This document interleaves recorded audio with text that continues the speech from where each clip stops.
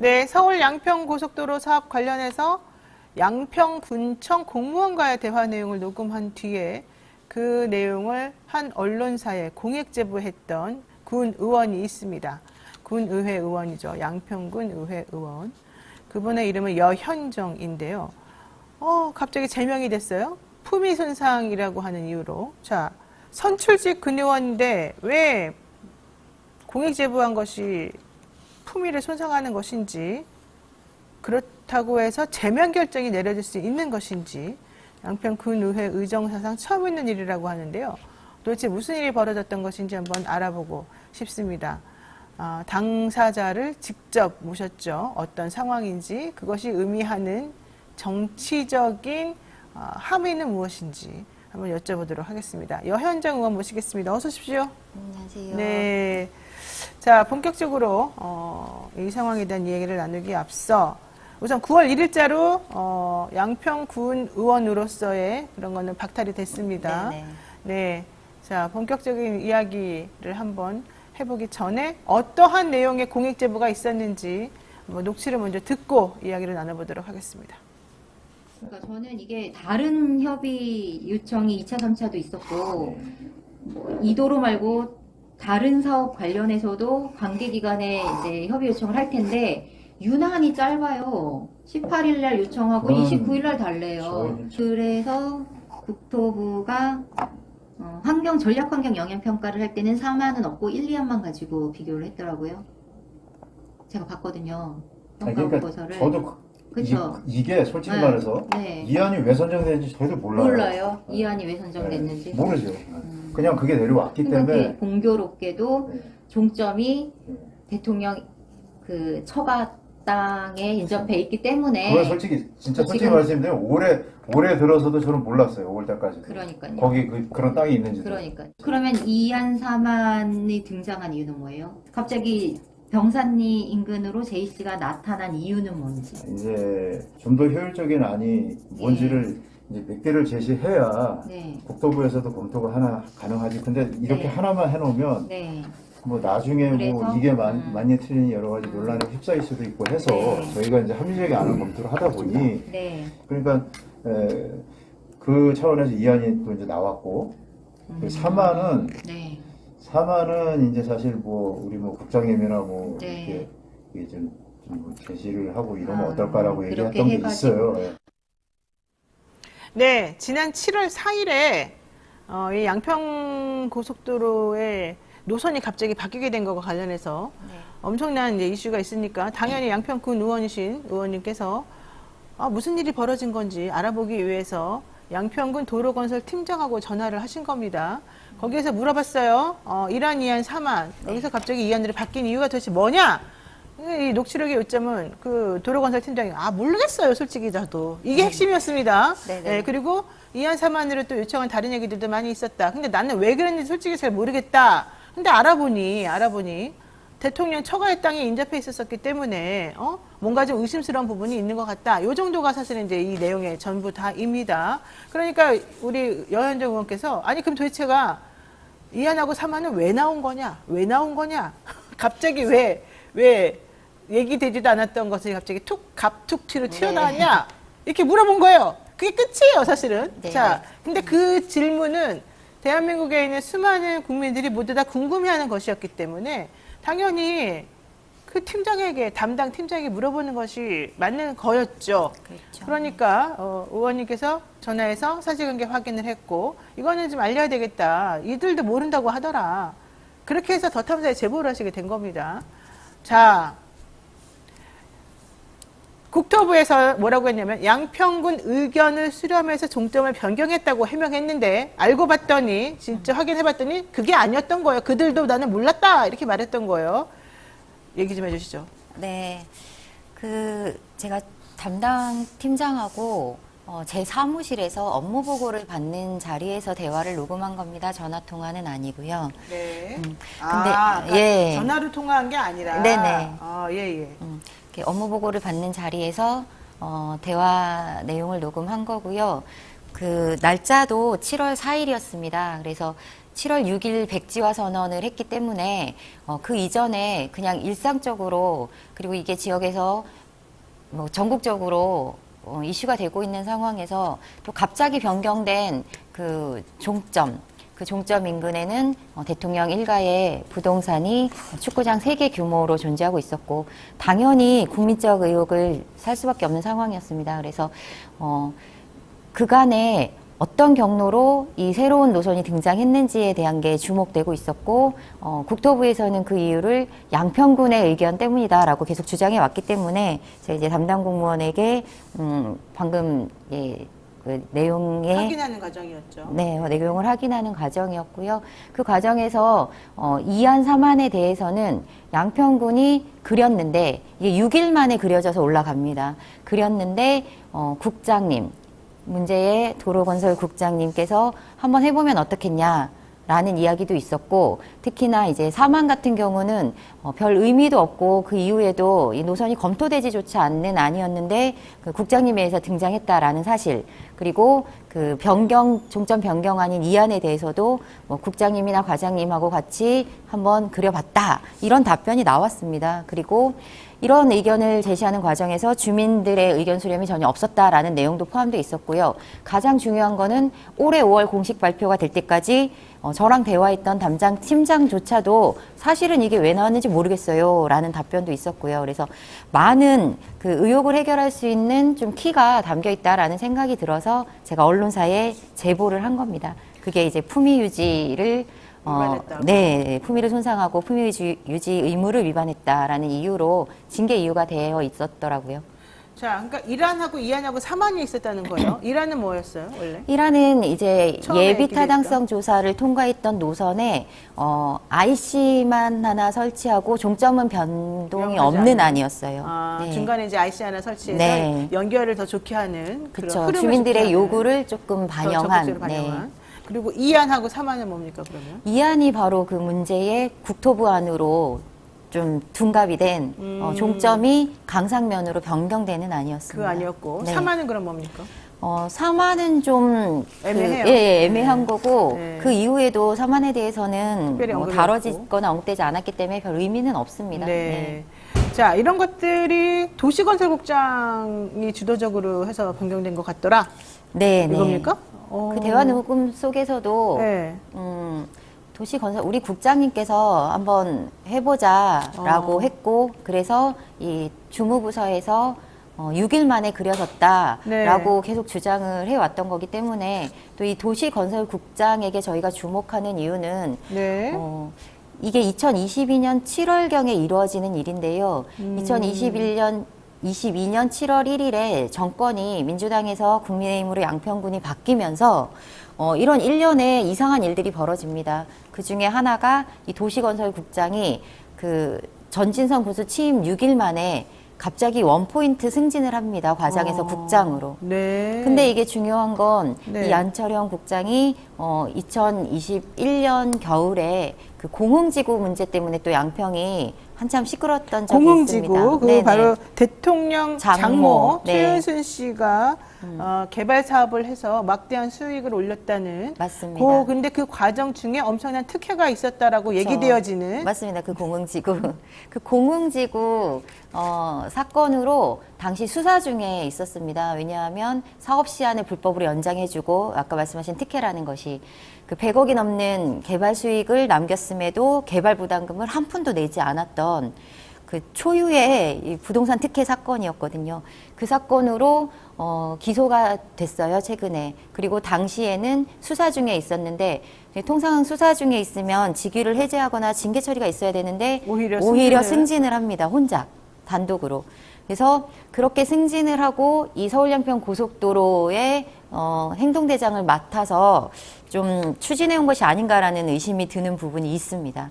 그 그런데 문제의 국장. 네, 예. 그 과정에 또 윤석열 대통령의 처남은 사문서 위조 등의 범죄 혐의로 네, 지금 지금 기소가 되어 기소가 있습니다. 되어 있는 상황인 거죠. 자, 어쨌든 이러한 상황에서 무엇이 진실인지 잘 모르기 때문에 본인이 저탐사에 이제 그 공무원하고 확인을 해보고 그 내용에 대해서 꼭 제보를 하게 됐는데 네. 이런 얘기는 할 수 있을 것 같아요. 군 의원이면 군 의원으로서 군 의회에서 이런저런 활동을 하면 되지. 왜 특정한 공무원과의 그런 대화나 이런 질의 과정을 녹음을 해서 이거를 왜 넘겼냐. 이거 네. 자체가 좀 정치적으로 일부러 어떠한 의도가 있는 거 아니냐. 이제 이렇게 생각해 볼 수도 있는 거 아니겠습니까? 뭐 그렇게 주장을 하죠. 국민의힘이나 뭐 그렇죠. 담당 공무원 측에서는. 그런데 이거는 국가적으로 좀 계속 이슈가 되고 문제가 불거지고 있는 상황에서 담당 공무원에게 또 양평군이 종점부가 위치하고 있기 때문에 또 주목되고 있는 상황이었고요. 또 핵심적인 키를 가지고 역할을 하고 있는 상황이었습니다. 담당 부서 직원의 업무 보고를 듣는 것은 일상적인 그 활동 당연히 중에 해야 되는 하나입니다. 일이죠, 예, 예. 그리고. 그리고 뭐 그때가 회의 기간이나 이런 것들이 아니었기 때문에 저는 그리고 또 이제 백지화가 일어나기 전이었기 때문에 어떤 의도를 가지고 여기서 뭔가를 포착해가지고 제가 뭐 악의적으로 제보를 하거나 하려는 의도는 아니었기 때문에 네. 네, 일상적인 업무다라고 저는 판단을 하고요. 그리고 이제 당사자 간의 녹음이 문제가 되지는 않잖아요. 네. 그리고 이게 공익을 위해서 이용을 했을 때에는 그 처벌받지 않는다라는 조각사유에 또 해당이 되고요. 그래서 저는 국민의 알 권리 차원에서 공익 제보를 한 것이고 이게 이렇게까지 징계 사유까지 포함되면서 문제를 일으킬 거라고는 생각하지 않았습니다. 그러니까 군 의원으로서 할 수 있는 게 있고 한계가 있고 다 그렇단 말이죠. 근데 그 그렇죠. 당시에 의원님이 보시기에 할 수 있는 선은 국민들에게 많이 알리는 것. 네. 그래서 사실 이게 무엇이고 무엇이 어떻게 진행되고 있는지에 대해서 판단을 한번 받아보는 게 중요하다. 네. 왜냐하면 군 의원, 양평 군 의원의 구성 자체가 5명이 국민의힘 소속이고 2명이 민주당 소속이었습니다. 그 중에 한 명이 바로 이제 지금 현재 우리하고 인터뷰하고 있는 이 여 의원이고 또 한 분은 최영보 의원이란 말이죠. 네네. 네. 그러니까 우리 둘이서 할 수 있는 게 2대5로서 할 수 있는 게 사실은 다 다수결 많이 원칙 뭐 없죠. 해봤자 네. 의미가 없는 거니까 이거는 내가 언론사에 알리는 게 제일 중요하겠다. 그래서 더 탐사에 이제 이거를 올린 거예요. 그리고 본인 입장에서는 이건 공익 제보이기 때문에 위법성 조각사유가 될 것이다라고 생각을 했다는 거죠. 네. 그런데 양평군 의회에서는 이거 품위 유지 의무 위반이다 이렇게 말하면서 제명까지 하게 됐는데 그 전에는 사실은 윤리심사자문위원이라는 게 있지 않습니까? 네네. 여기에서는 이거는 물론 이제 그 업무를 하는 과정 중에서 보고한 내용을 그대로 이제 걸리지 않고 올렸기 때문에 혹은 공개했기 때문에 이건 사실 아주 적절해 보이지는 않지만 그렇다고 해서 이것이 어떤 정도의 처벌을 받아야 되느냐 그냥 경고 정도 하면 되지 않겠냐 이렇게 얘기를 했다는 거지 않습니까? 네, 맞습니다. 근데 아니다. 이 2사람 빼고 나머지 우리 5명 국민의힘 의원들이 보기엔 이거는 큰일 날 사안이니까 제명해야 된다라고 했고 특히 최영보 의원한테는 너 왜 가만히 있었니? 이러면서 또 방조죄를 동석을 하고 적용했어요. 방조했다는 이유로. 네.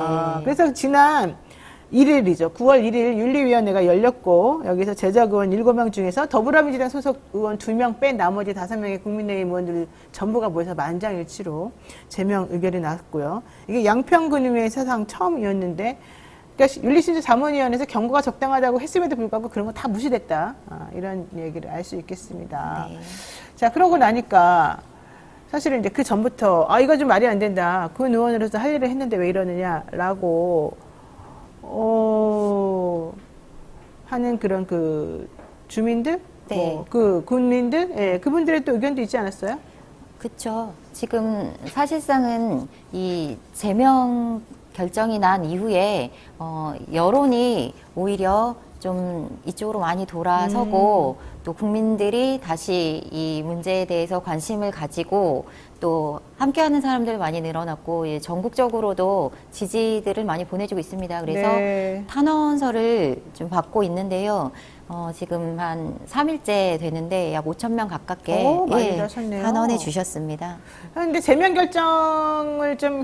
결정이라고 하는 거 힘을 실어주기 위한 또 작업도 사실 있었던 것으로 보여져요. 그렇죠. 예, 네. 그러니까 의원님이나 이런 분의 의견을 반대하는 네. 뭐 망미 1, 2 주민들 망미 이분들은 1, 2, 이제 네. 제명해야 된다 이런 성명도 네. 발표했고요. 또 공무원 노조에서도 네. 왜 우리가 업무 보고한 걸 이렇게 사적으로 사용했냐 뭐 이런 네. 얘기했어요. 근데 여기서 말하는 사적이라고 하는 거는 좀 타당하지 않은 것 같다 이런 얘기였죠. 네. 자 어쨌든 서로 간에 지금 공교롭게 뭔가 일이 벌어지고 있어서 이거는 국민들이 한번 판단해보는 것이 맞을 것 같습니다만 의원님께서 지금 법적으로 뭔가 절차를 밟고 계신 거죠?